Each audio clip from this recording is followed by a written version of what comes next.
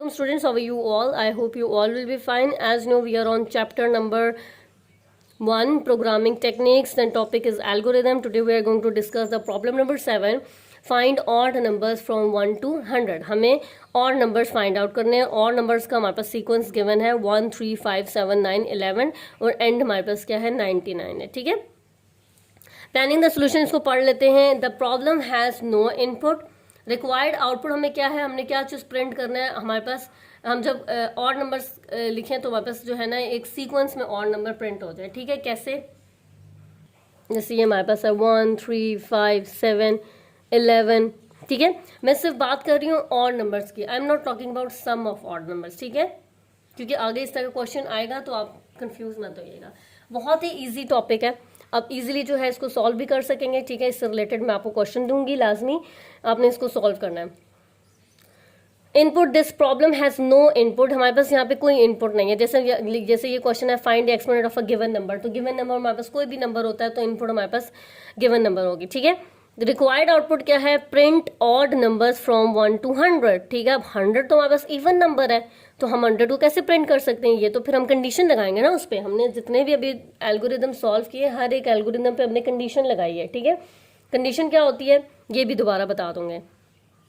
Processing initialize a variable to 1 and keep printing it with the increment of 2 till 99. ठीक है. ये कैसे solve होगा? उसने ये कहा है कि आपने देखें 1, 3, 5, 7, 11 ये आपने प्रिंट करवाना है. ठीक है. अब आपको स्टार्टिंग वैल्यू जो आपने प्रिंट करवानी है वो आपके पास क्या है 1. ठीक है. तो उसने कहा है कि वेरिएबल जो होगा ना, जो आप वेरिएबल बनाएंगे उसकी वैल्यू आप दे दें 1. जैसे हम बाकी पे वेरिएबल बनाते होते थे. नंबर का वेरिएबल बनाया और उसको वैल्यू इनिशियलाइज करवा दी हमने 5 की. सेम यही चीज़ है. ठीक है. उसको वैल्यू हमने दे दिया, नंबर को हमने कोई भी नंबर दे दिया. ठीक है. जैसे हमने प्रोडक्ट फाइंड किया था तो प्रोडक्ट के लिए जो एक्सपोनेंट वाला था उसमें हमने वैल्यू इनिशियलाइज करवा दी थी 1 से. ठीक है. तो इसमें आपने क्या किया, इसमें स्टार्टिंग वेरिएबल आपने लिया k. ठीक है. इसको आपने क्या बना दिया, k बना दिया. ठीक है. वेरिएबल आपने लिया k और इस k को वैल्यू दे दिया आपने 1. ठीक है. आपने वेरिएबल बनाना है और उसको ये वैल्यू दे देनी है. आपके पास जो भी सीक्वेंस होगा, इस तरह का सीक्वेंस जो भी गिवन होगा, जिस भी क्वेश्चन में आपके पास गिवन होगा, आपने हमेशा जो है वेरिएबल इनिशियलाइज करवाना है और उस वेरिएबल के अंदर आपने वैल्यू दे देनी है. ठीक है. स्टार्टिंग वैल्यू कोई भी वेरिएबल होगा. यहाँ पे k लिखा हुआ है, आप किसी भी नाम से वेरिएबल बना सकते हैं. ठीक है. हमने k को वैल्यू क्या दे दी, 1 दे दी. और अब हमारे पास आउटपुट k. स्टेप नंबर 2 क्या होगा हमारे पास, आउटपुट k. इसका क्या मतलब है कि जब हम k को वैल्यू इनिशियलाइज करवाएं 1 तो हमारे पास आउटपुट में क्या चीज़, जैसे हमारे पास ये कंसोल होता है ना, अगर हम प्रोग्राम पे लिखें तो इस तरह कंसोल होते हैं, हमारे ब्लैक कलर की स्क्रीन होती है. तो हमारे पास सबसे पहले क्या चीज़ प्रिंट हो, 1 प्रिंट हो. ठीक है. तो हमने यहाँ पे लिख दिया कि आउटपुट k. ठीक है. जब 1 प्रिंट हो जाएगा ना, हमने आउटपुट स्टार्ट में प्रिंट करवा दी थी. जब 1 प्रिंट हो जाए तो इसमें स्टेप नंबर 3 होगा इंक्रीमेंटेड k by 2. क्यों? क्योंकि अगर हम ऑड नंबर देखें तो 1, 3, 5, 7 इनके अंदर 2 जो है ना नंबर्स का इंक्रीमेंट हुआ है. ठीक है. तो क्या होगा कि अब हमारे पास starting value k is equal to 1 थी, हमने इसी की आउटपुट दे दी और यहाँ पे हमारे पास 1 प्रिंट हो गया. ठीक है. जब ये 1 प्रिंट हो जाएगा तो 1 प्रिंट होने के बाद वो क्या चेक करेगा, वो चेक करेगा कि कोई इंक्रीमेंट तो नहीं है. ठीक है. मतलब मुझे कोई इंक्रीमेंट तो नहीं करना. तो वो क्या करेगा, k is equal to k plus 2. k में पहले वैल्यू कौन सी थी, 1 थी. 1 प्लस 2 का इंक्रीमेंट. क्यों? क्योंकि 1, 3, 5, 7 1 और 3 के दरमियान कितने नंबर्स का गैप है, 2 नंबर्स का गैप है. तो मैंने यहाँ पे 2 लगा दिया. ठीक है. 2 का इंक्रीमेंट दिया. ठीक है. ये आपके पास जिस तरह का सीक्वेंस गिवन होगा ना उसके अकॉर्डिंग आपने इंक्रीमेंट लगाना है, या आपको जो क्वेश्चन में रिक्वायर्ड होगा उसके अकॉर्डिंग आपने इंक्रीमेंट लगाना है. ठीक है. अब मेरे पास वैल्यू क्या हो, 3. जब वैल्यू इसकी k की 3 हो जाए तो वो check if the value of k is less than 100. If k, अब ये हमारे पास, इसको हम कहते हैं कंडीशन. ये इफ हमारे पास क्या होती है, कंडीशन होती है ये. तो इफ उसने ये कहा कि अगर k की वैल्यू लेस है 99 से, then go to step number 2, otherwise go to step number 5. ठीक है. इसका क्या मतलब है कि हमारे पास स्टेप नंबर 2 में क्या चीज़ गिवन थी, स्टेप नंबर 2 में था हमारे पास आउटपुट. ठीक है. आउटपुट नहीं. तो उसने कहा कि जो है ये अगर वैल्यू 3, ये जो 3 आ रहे हैं हमारे पास इंक्रीमेंट करके, अगर ये 100 से वैल्यू लेस है ना, 100 से वैल्यू लेस है तो जो है इसको यहाँ पे प्रिंट कर दो, यहाँ पे प्रिंट कर दो। अगर 100 से ग्रेटर है तो फिर प्रोग्राम स्टॉप हो जाए, लेकिन 3 तो 100 से लेस है, तो यहाँ पे 3 क्या हो गया, प्रिंट हो गया। ठीक है, ये प्रिंट होने के बाद अब क्या होगा, प्रोग्राम दोबारा रन होगा। ठीक है, यहाँ पे ना आपके पास लूप लग रहा है, इस तरह के प्रोग्राम्स को हम कहते हैं लूप। इनमें क्या चीज यूज हो रही है, लूप यूज हो रहा है। ठीक है, तो जाहिर है जब यहाँ पे आप लेस देन 99 है तो 99 टाइम्स तो अच्छा खासा लूप चलेगा ना। ठीक है, अब क्या होगा, हमने यहाँ पे 1 के लिए भी सॉल्व कर लिया, 2 के लिए भी, 3 के लिए भी सॉल्व कर, दोबारा प्रोग्राम इंक्रीमेंट होगा, दोबारा ये स्टेप नंबर 1 पे जाएगा, के को वैल्यू, न्यू वैल्यू इनिशियलाइज करवाएगा। के की जो पहले वैल्यू थी वो आपके पास क्या आती, 3 के अंदर 2 प्लस होंगे, तो अब के की वैल्यू क्या हो जाएगी, 5।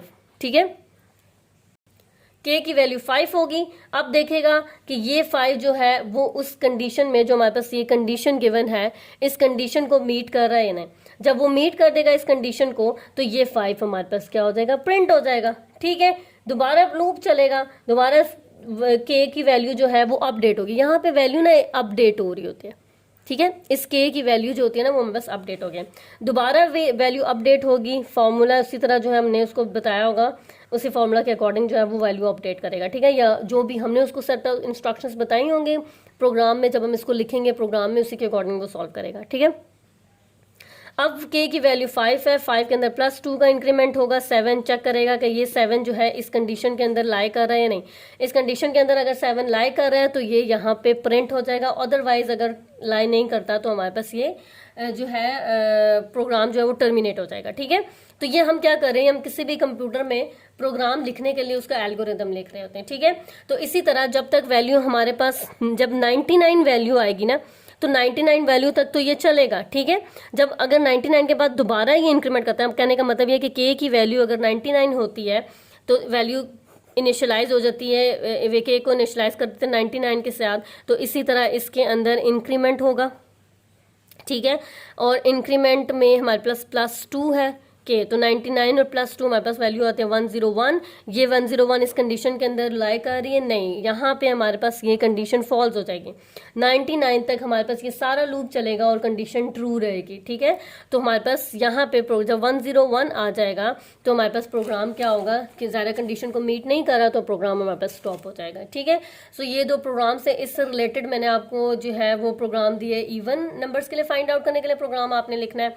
इवन नंबर में आप क्या करते हैं, जैसे आपने यहाँ पे थोड़ा सा मैं आपको चले हिंट दे देती हूँ कि हमारे पास इवन नंबर्स होते हैं 2, 4, 6, 8। ठीक है, आपने इसको फाइंड आउट करना है 100 तक। तो मैंने जब इस प्रोग्राम में हमने क्या किया, के की वैल्यू को इनिशियलाइज करवाया 1 के साथ। क्यों? क्योंकि यहाँ पे हमारे पास ऑड नंबर में फर्स्ट वैल्यू 1 थी। तो आप यहाँ पे सिंपल, आपने और कुछ नहीं करना, सिर्फ आपने के की वैल्यू को 2 के साथ इनिशियलाइज करवा देना। ठीक है, और आपने ज़ाहिर है 2 के अंदर 2 का इंक्रीमेंट होता है, तो आपने इसी तरह जो है वो इंक्रीमेंट लगे रहने देना है। कंडीशन में आप क्या लिखेंगे, जैसे हमारे पास के इज़ लेस देन 100 था ना, हमने ऑड नंबर में किया था के इज़ लेस देन 100, इसमें आप लिखेंगे के इज़ लेस देन और इक्वल टू 100 कर दें आप।